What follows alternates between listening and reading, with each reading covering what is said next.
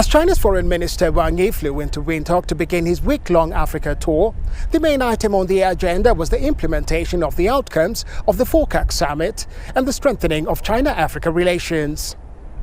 Wang Yi held talks with outgoing President Nangola Mbumba and President-elect Netumbo Nandi-Ndaitwah before flying out to the Republic of Congo, where he met with President Denis Nguesso and his foreign minister. Both sides had reason for optimism. The Republic of Congo is firmly committed to reinforce solidarity with the People's Republic of China under the framework of the Forum on China-Africa Cooperation in order to consolidate and develop the relationship between China and Africa. In accordance with the consensus reached between President Xi Jinping and President Denis Sassou Nguesso, we decided to build a high-level China-Congo community with a shared future, making it a model for the construction of an enduring China-Africa community with a shared future in the new era. In Chad, the Chinese foreign minister met with President Mahamat Deby before winding up his trip with a visit to Nigeria, where he held discussions with President Bola Tinubu.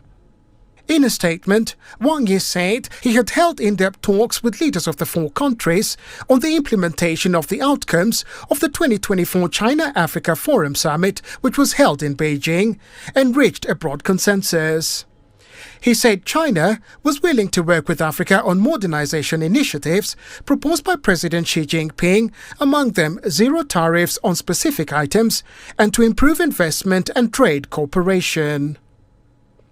On climate change, which is such a hot topic in Africa now, Wang Yi said they had agreed to implement the Partnership Action for Green Development by implementing clean energy projects. In agriculture, such a key part of Africa's economy, the foreign minister said China would focus on food security, poverty alleviation, capacity building and partner networks. On reforming the global governance system, Wang Yi said China would support Africa in correcting historical injustices, oppose external interference in Africa's internal affairs, and back Africa's concerns on UN Security Council reform.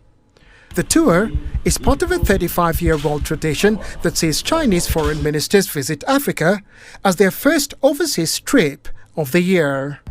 Following Wang Yi's Africa visit, the groundwork for the Forecac Beijing Action Plan 2025-2027 has been established.